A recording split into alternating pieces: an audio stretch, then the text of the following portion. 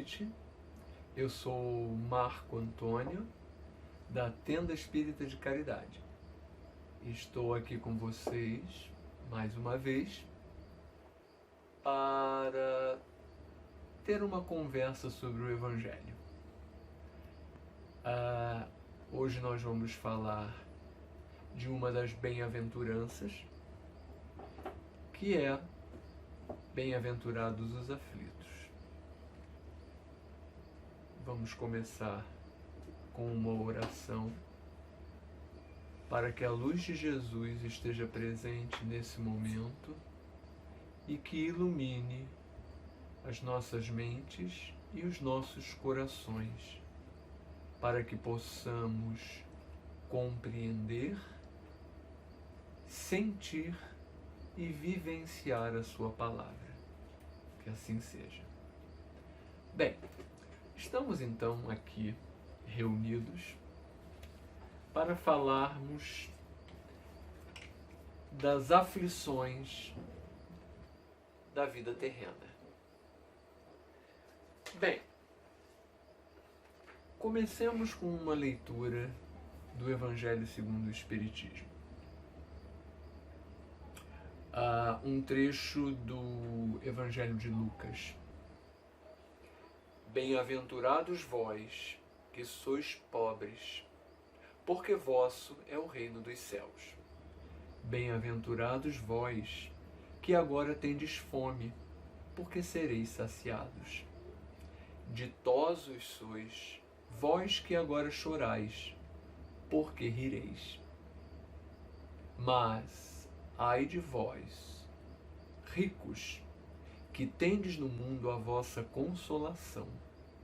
Ai de vós que estáis saciados, porque tereis fome. Ai de vós que agora rides, porque sereis constrangidos a gemer e a chorar. Evangelho de Lucas. Bem, mais uma vez, não devemos entender as palavras de Jesus ao pé da letra.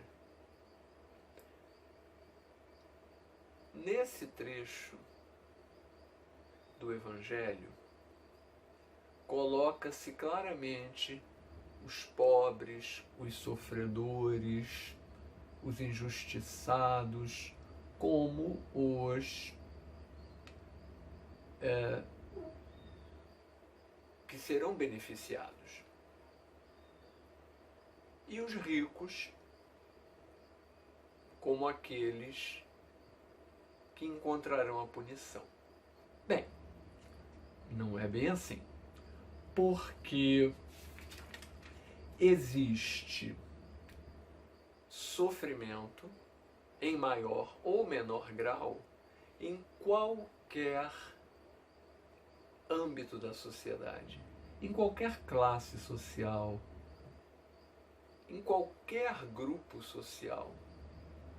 Existe o sofrimento em maior ou menor intensidade, mas ele está sempre presente. A miséria e a opulência, ela é transitória e ela é vivenciada de maneiras extremamente diferentes. Alguns são muito bem-sucedidos naquilo que almejam. Isso no meio dos pobres ou no meio dos ricos. Há ricos que também sonham em realizar coisas que nunca conseguem, por falta de talento, por falta de oportunidade. E há os bem-sucedidos que podem se encontrar naturalmente no meio dos pobres. Pessoas que idealizam, que sonham e que conseguem aquilo que almejam.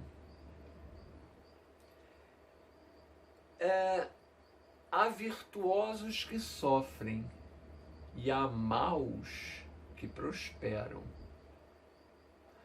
A bondade, a virtude e a maldade não estão concentradas, não estão restritas no meio rico nem no meio pobre. Há bons e maus em todos os cantos, em todos os nichos. Então, como nós podemos ver, as aflições, elas são universais. E aí, então, entra a promessa de Jesus com relação às compensações da vida futura. Para aqueles que creem, sejam ricos ou pobres, sejam ignorantes ou sábios, Jesus promete a consolação na vida futura. E isso nos consola, nos conforta, e a todos aqueles que creem. Porém, não explica todas essas aflições tão aparentemente mal distribuídas. Bem, para começarmos a entender, a tentar entender, nós precisamos partir do seguinte ponto. Deus é o poder, a justiça e a bondade absolutas.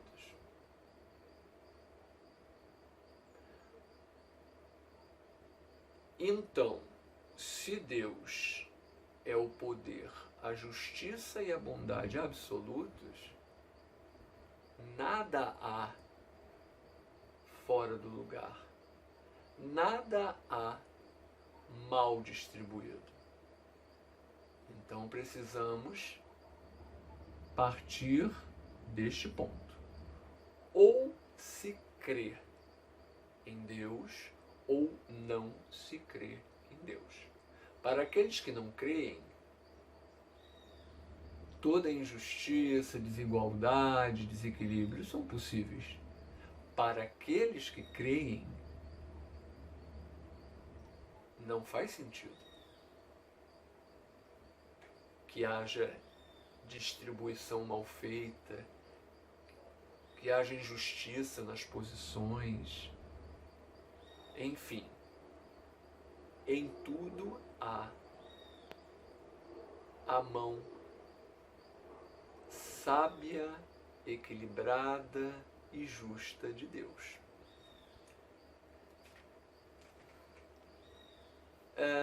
Estabelecido esse ponto, partamos para o fato de que nos encontramos num mundo de provas e expiações.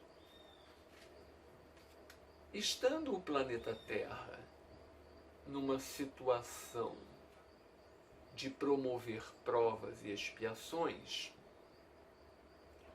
naturalmente, tais provas e expiações se manifestam por meio das aflições. Vale aqui uma palavrinha sobre provas e expiações, só para que nos lembremos. Expiações são pagamentos de dívidas. Provas são confirmações de que aprendemos algumas matérias. Então sigamos. Concluímos então que basicamente no planeta Terra temos que lidar com as aflições. Essas são as matérias a serem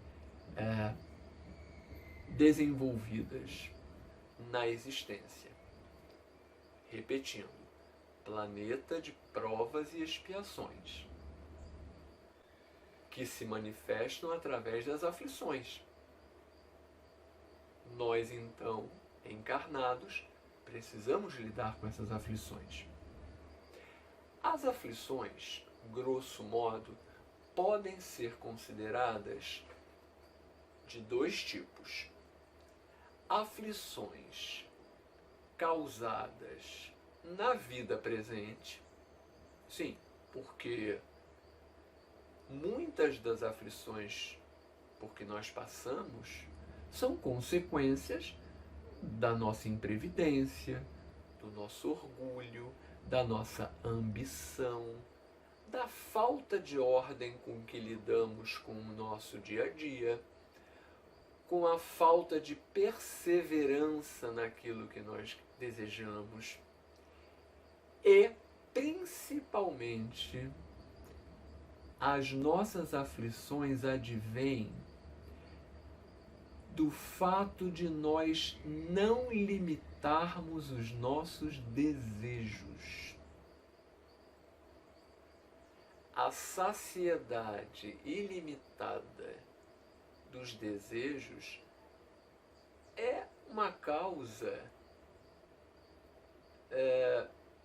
imediata de aflições, seja no campo físico, através de doenças, seja no campo psicológico,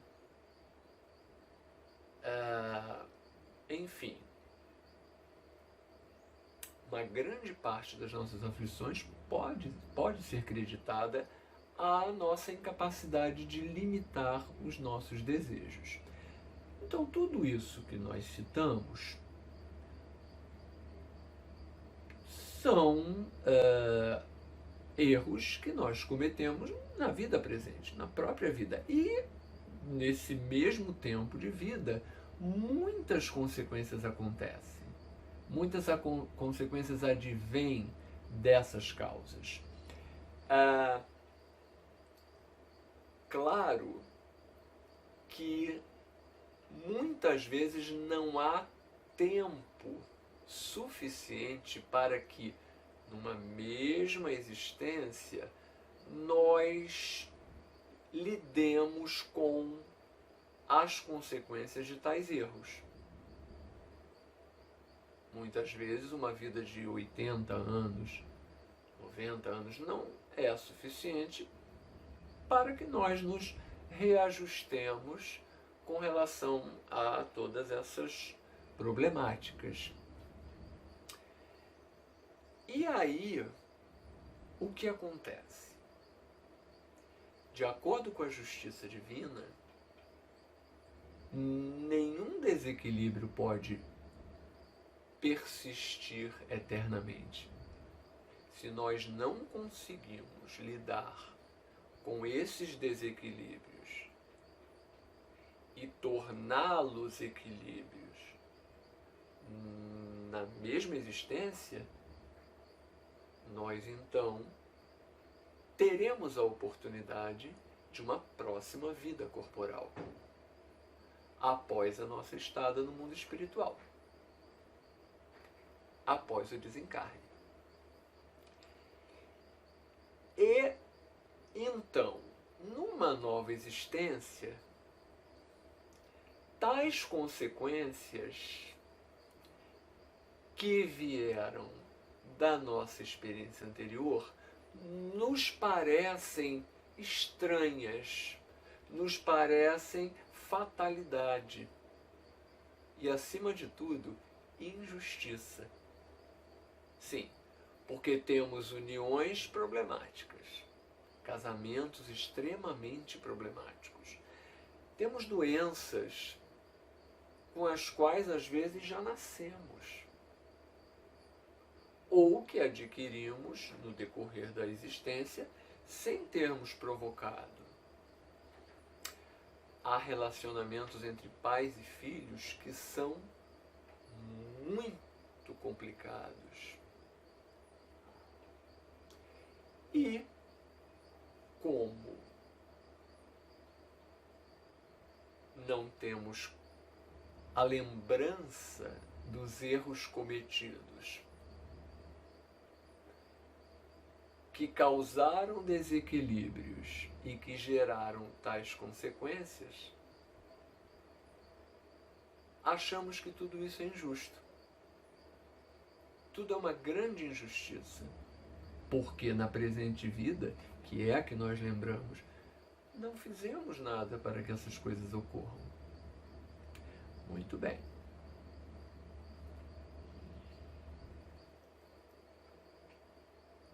As leis humanas, elas atingiram um patamar na atualidade em que pode-se dizer que elas têm uma certa competência.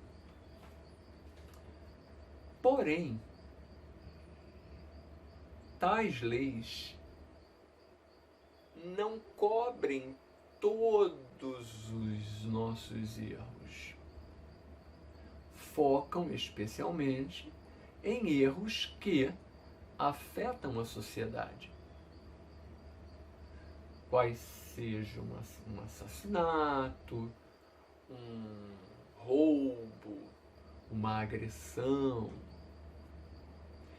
Mas para aqueles erros que geram problemas unicamente para nós mesmos, para os nossos próximos, mas problemas psicológicos, problemas sutis, as leis humanas não são competentes. E para isso existe a lei divina, da qual não podemos escapar. E ela então vem se manifestar através dos reveses da fortuna, dos acidentes, dos flagelos naturais, das enfermidades muitas vezes de nascença, das deformidades.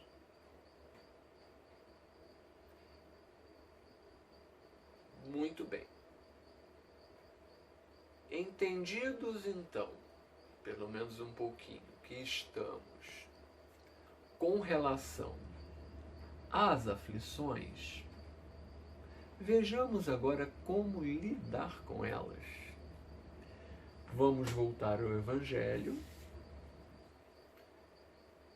dessa vez de Mateus.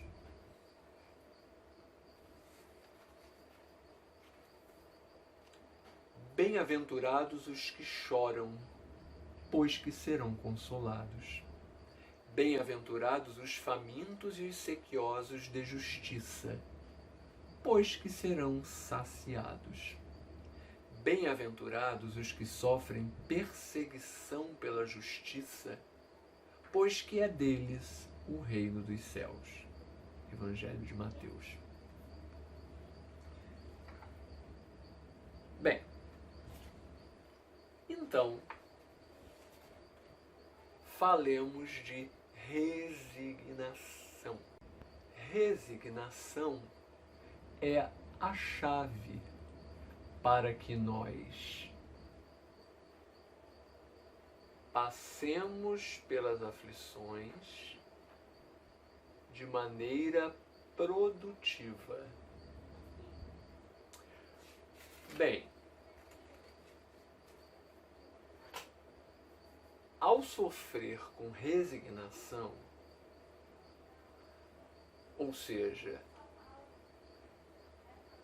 o fato de não nos lamentarmos, de não nos queixarmos, de não nos revoltarmos contra Deus, no decorrer das aflições, faz com que nós não acumulemos mais erros. E ao mesmo tempo, que aliás é o objetivo, que nós saldemos as nossas dívidas, nos reequilibrando. Ou seja, as aflições não podem nos desequilibrar, porque as aflições são justamente experiências para que nós nos reequilibremos perante aos desequilíbrios que nós mesmos geramos. Então, se as aflições advêm de erros que nós nos lembramos, de que nós recordamos, não temos motivo lógico para nos revoltarmos, porque sabemos que erramos. Não somos orgulhosos ao ponto de não enxergarmos a nossa culpa.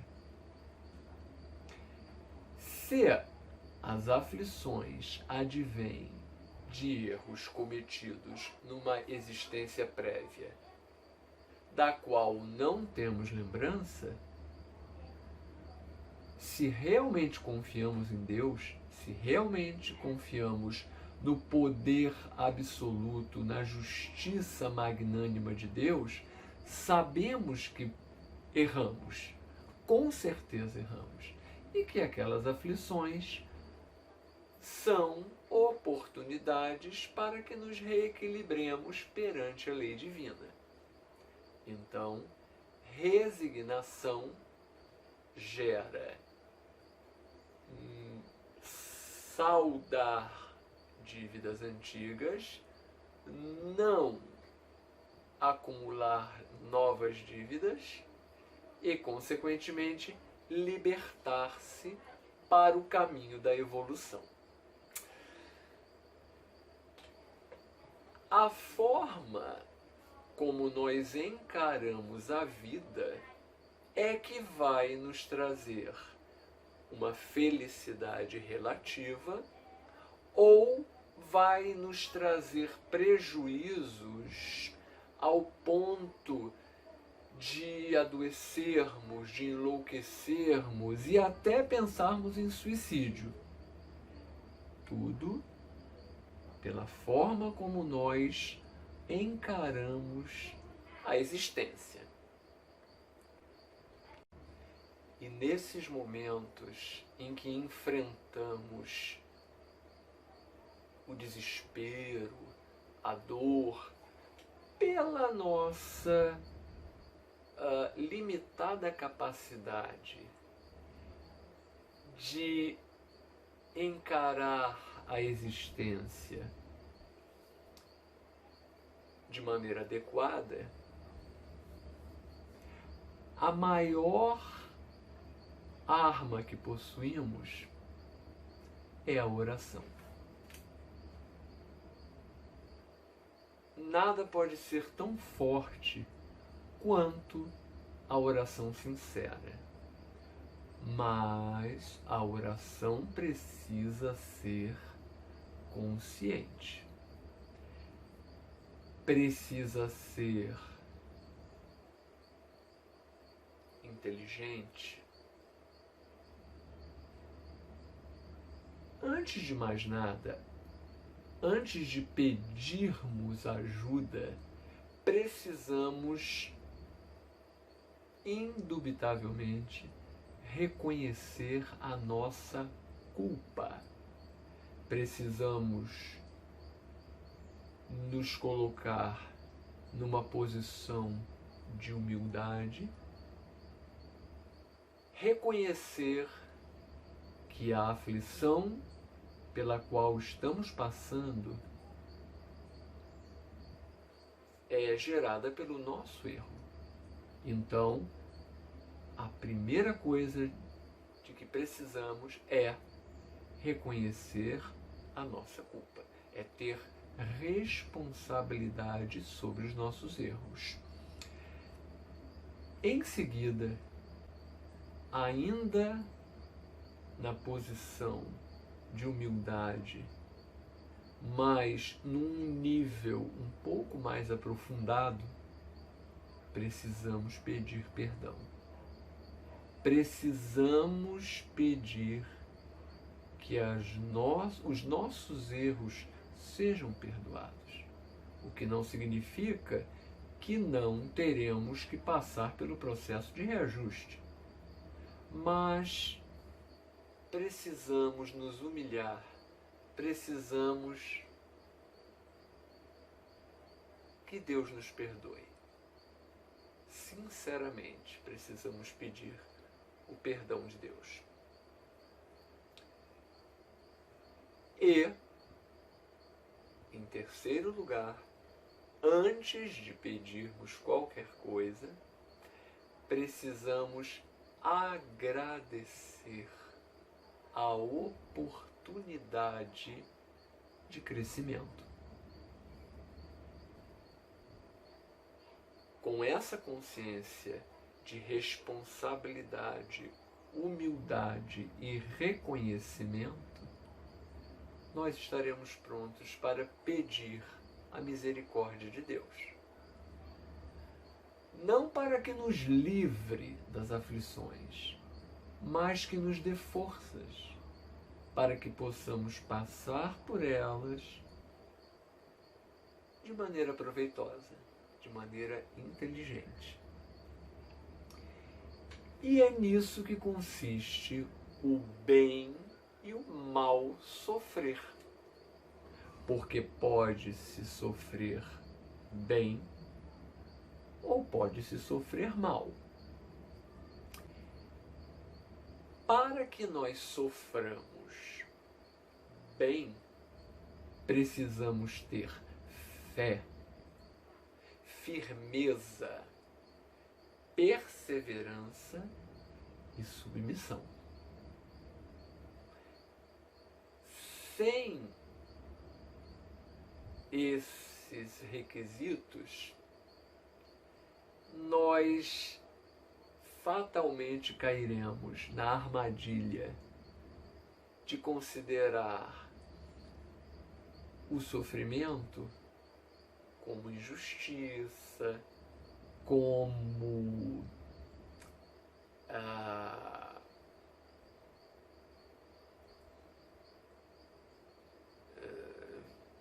maldade de Deus. Ou seja, incorreremos em vários erros que, por sua vez, acarretarão mais desequilíbrio.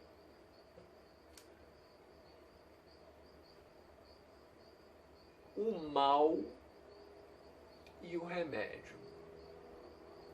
Toda vez que temos um mal,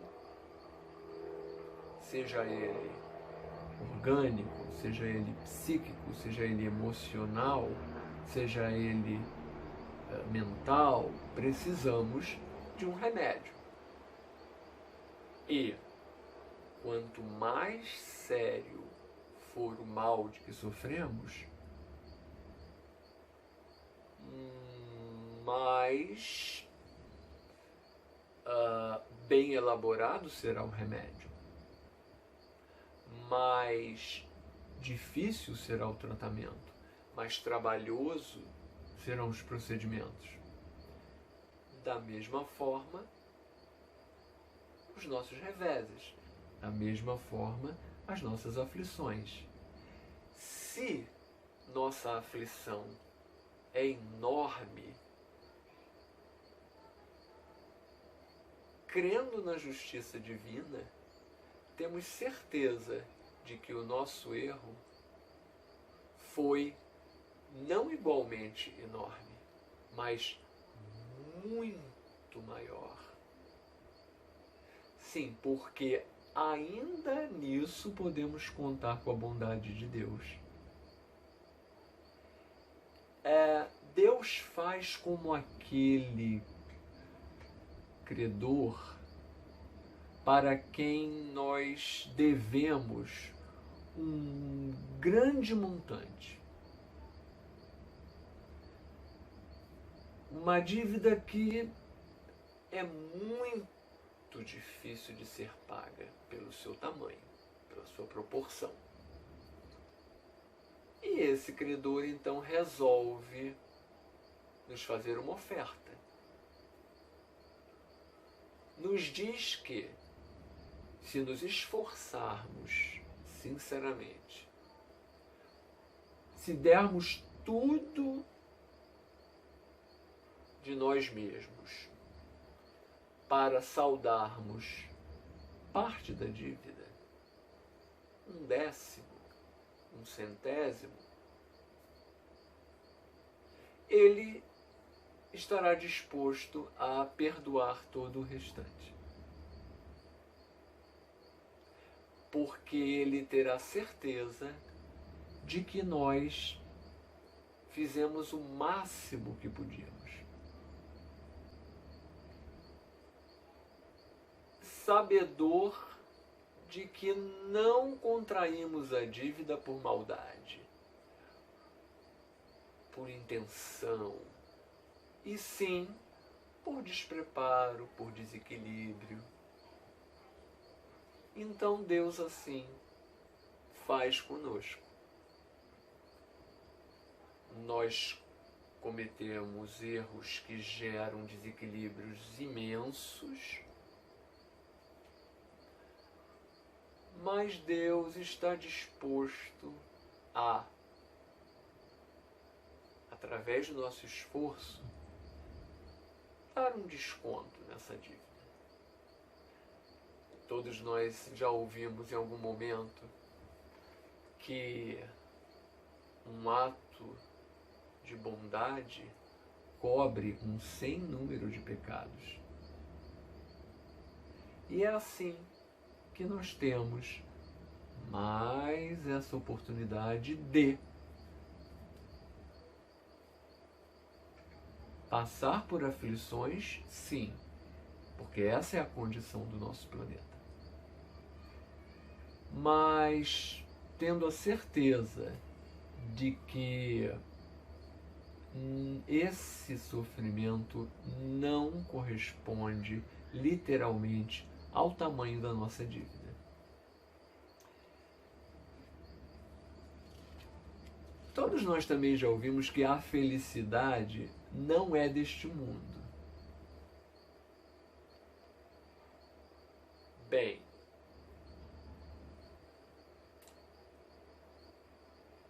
falemos de uma felicidade relativa. Podemos considerar a satisfação material e o equilíbrio espiritual.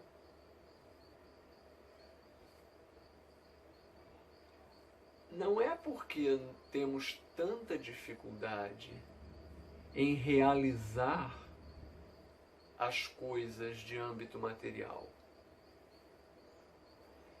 e nos encontrarmos numa situação, numa maturidade espiritual ainda muito principiante, é que estamos fadados à infelicidade.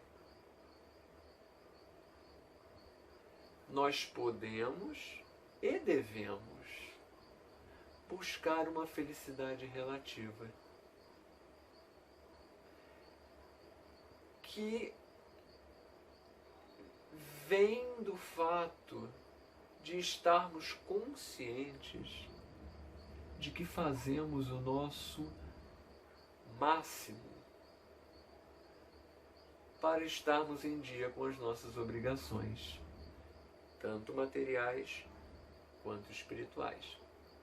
E é dessa consciência de trabalho realizado é que, sim, podemos ter uma felicidade relativa na Terra, que ainda é um planeta de provas e expiações. Lembrando sempre que os tormentos são voluntários. E para que nós evitemos tais tormentos voluntários, precisamos seguir 3 regrinhas básicas. Primeira, contentar-se com o que se tem. Segunda, notar sem inveja o que não possuímos. E terceira, não procurar parecer mais do que se é. Se nós formos nós mesmos, se fizermos um exercício de entender a nós mesmos e sermos o que nós entendemos ser, se apreciarmos aquilo que não possuímos e ficarmos felizes por aqueles que possuem tais coisas, e se, acima de tudo, ficarmos felizes com aquilo que possuímos, dificilmente somaremos novos tormentos às aflições que precisamos vivenciar nessa existência, para o nosso próprio bem, para o nosso reequilíbrio. Agradeço a atenção de todos. Espero que tenhamos conseguido entender um pouquinho mais a palavra de Jesus e gostaria que todos juntos agradecêssemos ao Senhor por ter nos permitido tais momentos de instrução na sua palavra. Em nome de Deus, do Mestre Jesus e dos Espíritos que nos acompanharam nesses momentos, encerramos a nossa reunião. Muito obrigado.